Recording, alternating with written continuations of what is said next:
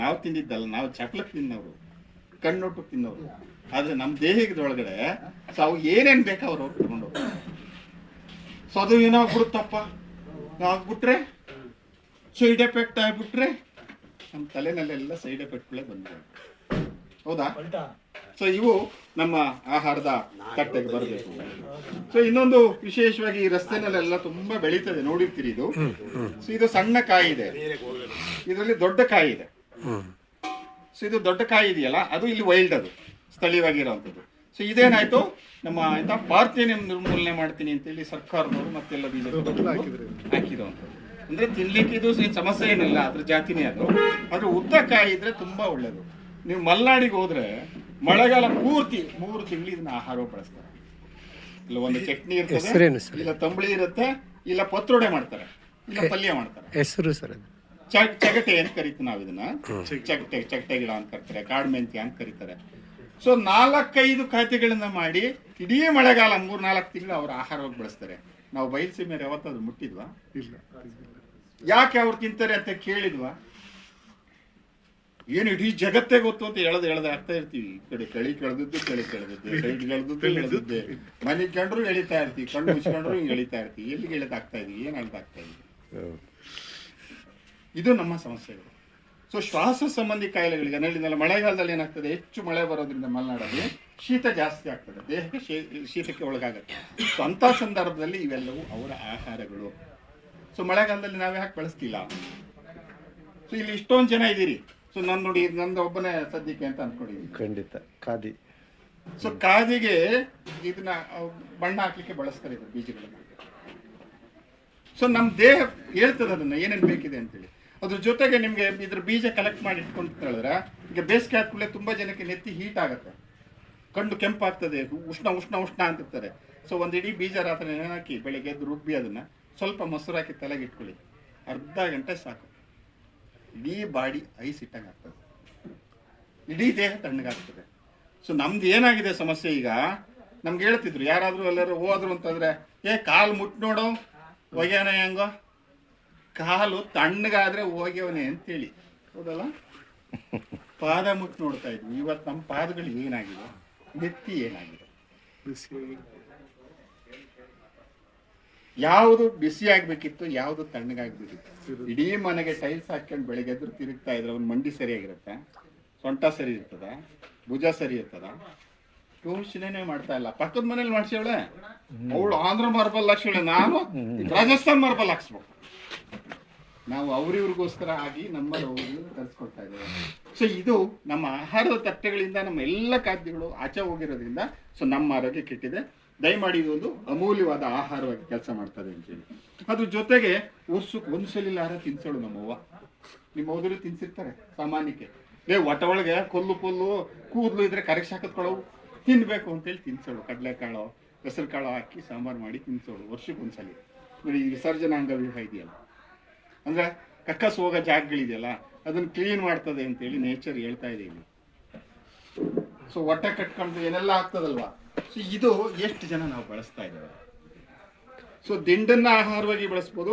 So ನಮ್ಮ ಮನೆಯಲ್ಲಿ ಪ್ರತಿ ಸಲ ಇಡ್ಲಿ ಮಾಡಿದ್ರೆ, ಸೊ ನೋಡಿ ನಮ್ದು ಇದು ಇಡ್ಲಿ ಬಟ್ಟೆ. ಸೊ ಇಡ್ಲಿ ಜೊತೆ ನಮ್ಗೆ ಆಹಾರವಾಗಿ ಬರ್ತದೆ. ಈ ಏನು ಕರಳು ಸಂಬಂಧಿ ಕಾಯಿಲೆಗಳು ಅಥವಾ ಮೂತ್ರಜನಕದ ಸಮಸ್ಯೆಗಳೆಲ್ಲವನ್ನೂ ಕೂಡ ತೆಗೆದುಹಾಕುವಂತ ಒಂದು ಅಮೂಲ್ಯವಾದ ಆಸ್ತಿ ಅಲ್ಲೆಲ್ಲೋ ಕೊಳಚೆ ನೀರಲ್ಲಿ ಇಟ್ಟರೆ ಬೆಳೀತದೆ. ಯಾಕೆ ಬಳಸ್ತಾ ಇಲ್ಲ ನಾವು? ಅಥವಾ ಬೆಳೆದಿರೋದನ್ನ ಯಾಕೆ ಬಳಸ್ತಾ ಇಲ್ಲ? ಇದ್ರಲ್ಲಿ 100 ವೆರೈಟಿ ಇದೆ. ಗೆಡ್ಡದೇ ಬೇರೆ ವೆರೈಟಿ ಇದೆ, ನೀವು ಸೊಪ್ಪು ಎಲೆಗಳದೇ ಬೇರೆ ಬೇರೆ ವೆರೈಟಿಗಳಿದೆ. ಇದರಲ್ಲಿ ಕೆಂಪಿದೆ, ಕರಿ ಇದೆ, ಬೇರೆ ಬೇರೆ ತರದ್ದಿದೆ.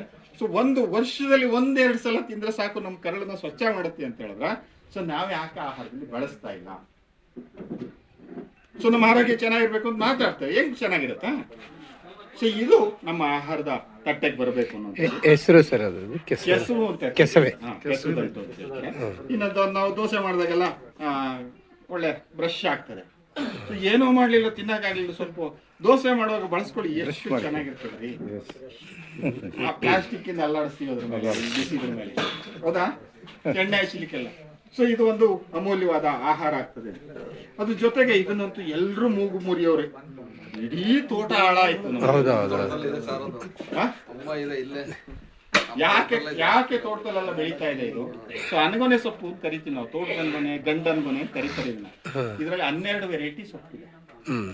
ಕೆರೆ ಒಳಗಡೆ ಬರೋವಂಥದ್ದು, ನೀರೊಳಗಡೆ ಬೆಳೆಯುವಂಥದ್ದು, ನೀರಿನ ದಡದಲ್ಲಿ ಬೆಳೆಯುವಂಥದ್ದು. ಸೊ ಇದು ಹೊಲದಲ್ಲೆಲ್ಲ ಬೆಳೀತದೆ. ಯಾಕೆ ಬೆಳೀತಾ ಇದೆ ಇದು ಜಾಸ್ತಿ? ಯಾರ ಕಣ್ಣು ಸರಿ ಇಲ್ಲ. ಎಲ್ಲರಿಗೂ 4 ಕಣ್ಣು ಬೇಕಾಗಿದೆ.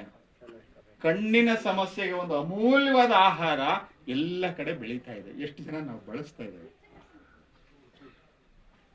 ಯಾಕೆ ನಮ್ಗೆ ಗೊತ್ತಾಗ್ತಾ ಇಲ್ಲ ಇದು?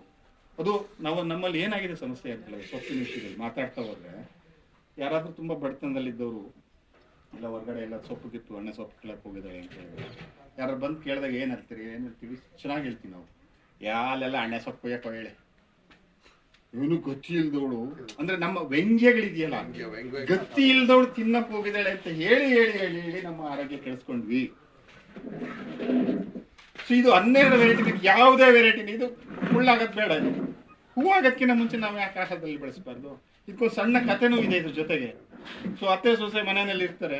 ಸೊ ಅತ್ತೆಗೆ ಏನ್ ಮಾಡ್ತಿರ್ತಾಳೆ ಅವಳು, ಎಲ್ಲ ಕಡ್ಡಿಗಳೆಲ್ಲ ಹಾಕ್ತಿರ್ತಾಳೆ. ಇವಳು ಸೊಸೆ ಚಿಗುರು ಮಾತ್ರ ತಿಂತಾ ಇರ್ತಾಳೆ. ಅವಳದು ಎಳೆ ಹಲ್ಲುಗಳಲ್ಲ, ಮುದುಕಿ ಅಂತದ ತಿಂದ ಪಾಪ ಮುದುಕಿ ಕಣ್ಣು ಕಾಣ್ತಾ ಇರಲ್ಲ, ಅವಳಿಗೆ ಪೊರೆ ಬಂದಿರುತ್ತೆ, ಕಣ್ಣು ಕಾಣ್ತಾ ಇರಲ್ಲ, ಕಡ್ಡಿನೆಲ್ಲ ಬೇಯಿಸಿ ಹಾಕ್ತಾ ಇರ್ತಾರೆ. ಸೊ ಒಂದು 30 ದಿನ 40 ದಿನ ಹಾಕಿದ್ರೆ ತಾಯಿ ಕಣ್ಣು ಬರ್ತದೆ. ಕಡ್ಡಿನಲ್ಲೂ ಕೂಡ ಕಣ್ಣಿಗೆ ಶಕ್ತಿ ಕೊಡ್ತದೆ. ಇನ್ನ ಕಾಡಿಗೆ ನಾವೆಲ್ಲ ಹಚ್ಚುತ್ತಾ ಇದ್ವಿ, ಈಗ ಜಾನ್ಸನ್ ಕಾಡಿಗೆ ಹಚ್ಚುತ್ತಾ ಇದೀವಿ, ಧೂಳು ಕುಡಿಸ್ತಾ ಇದೀವಿ ಮಕ್ಕಳಿಗೆ ಶ್ವಾಸ ಸಂಬಂಧಿ ಕಾಯಿಲೆಗಳನ್ನ. ಅದು ಫ್ಯಾಷನ್, ಈ ಜಾನ್ಸನ್ನೇ ಹಚ್ಬೇಕು ಅಂತೇಳಿ ಇಷ್ಟು ಚೆನ್ನಾಗಿ ಹೇಳಿಸ್ತಾರಲ್ಲ ಮಕ್ಕಳಿಗೆ. ಸ್ನಾನ ಮಾಡಿ ಫ್ರೆಶ್ ಆಗಿ ಬಂದಿರೋ ಮಗು ಮೇಲೆ ಧೂಳು ಕೊಡುತ್ತೀವಲ್ಲ ನಾವು. ಯಾಕೆ ನಮ್ಗೆ ಅರ್ಥ ಆಗ್ತಲ್ವ ಇದು?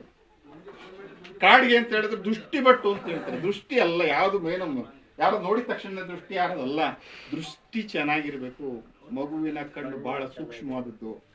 ಸೊ ಅದಕ್ಕೋಸ್ಕರ ಕಾಡಿಗೆ ಮಾಡ್ತಾ ಇದ್ರು. ನಾವಿವತ್ತು ಎಲ್ಲಿಗೆ ಹಚ್ಕೊಂತ ಇದೀವಿ? ಕೆನ್ಗಿಡ್ತಾ ಇದೀವಿ.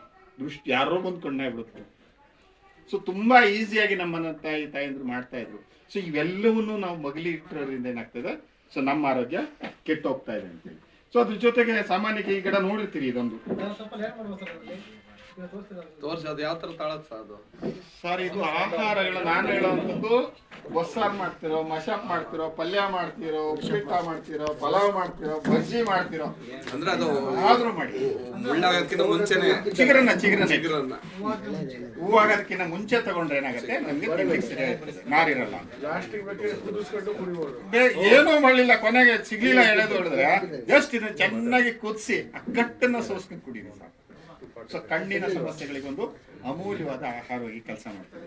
ಸೊ ಅದ್ರ ಜೊತೆಗೆ ಇದೊಂದು ನೋಡಿರ್ತೀರಿ ಅಂತ ಅಂದ್ಕೊಂಡಿದೀನಿ, ಇಲ್ಲೆಲ್ಲ ಇಟ್ಕೊಂಡಿದ್ರು ಪರ್ಕೆ ಕಡ್ಡಿ. ಯಾಕೆ ಪರ್ಕೆ ಬಳಸ್ತೀವಿ ನಾವು? ಕಸ ಗುಡಿಸ್ಬೇಕು. ಯಾಕೆ ಕಸ ಗುಡಿಸ್ಬೇಕು? ಕೊಳೆ ಹೋಗ್ಬೇಕು, ಕ್ಲೀನ್ ಆಗ್ಲಿ ಇಂತವ. ಒಟ್ಟಿಗೆ ಹಾಕಿದ್ರೆ ನಮ್ಮ ಹೊಟ್ಟೆನೂ ಅಷ್ಟೇ ಕ್ಲೀನ್ ಆಗ್ತದೆ. ಇದು ಅರ್ಥ ಆಗಿಲ್ಲ ನಮ್ಗೆ. ನೀವೇನಾದ್ರೂ ಆಯುರ್ವೇದ ಹಾಸ್ಪಿಟ್ಲಿಗೆ ನಂಗೆ ಸುಸ್ತಾಗ್ತದೆ, ಯಾವಾಗ್ಲೂ ನರಗಳು ವೀಕ್ನೆಸ್ ಇದೆ, ಅದು ಇದು ಕಾಯಿಲೆ, ಯಾವಾಗ್ಲೂ ಆರೋಗ್ಯ ಸರಿ ಇರಲ್ಲ ಅಂತ ಹೋದ್ರೆ ಬಲಹರಿಷ್ಟ ಚೂರ್ಣ ಅಂತ ಕೊಡ್ತಾರೆ. ಆ ಬಲಹರಿಷ್ಟ ಚೂರ್ಣ ಅಂದ್ರೆ ಇದೆ ಬಲ. ನಿಮ್ ಮನೆಯಾಗ ಬಲ ನಿಮ್ ದಾರಿನಲ್ಲಿದೆ.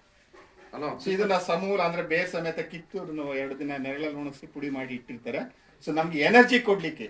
ಸೊ ಇದನ್ನ ಬಲ ಅಂತ ಕರಿತೀವಿ ನಾವು ಸಂಸ್ಕೃತದಲ್ಲಿ.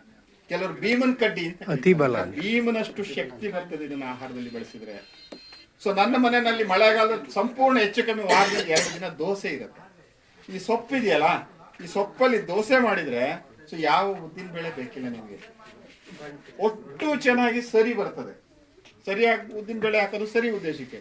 ಸೊ ಇದಕ್ಕೆ ಬಲವಾನ್ ದೋಸೆ ಅಂತ ಹೆಸರಿಟ್ಟಿದ್ದೀನಿ ನಾನು. ತುಂಬಾ ಮಕ್ಳುಗಳ ಮನೆಗಳಲ್ಲಿ ಈ ಬಲವಾನ್ ದೋಸೆನ ಬಳಸ್ತಾ ಇದ್ದಾರೆ, ಇಷ್ಟಪಟ್ಟು ತಿಂತಾರೆ ಮಕ್ಕಳು. ಭೀಮೆಯವರಷ್ಟು ಶಕ್ತಿ ಬರ್ತಾ ಇದೆ ಅವ್ರಿಗೆ. ಸೊ ನಾವ್ ಯಾಕೆ ಬಳಸ್ತಾ ಇಲ್ಲ?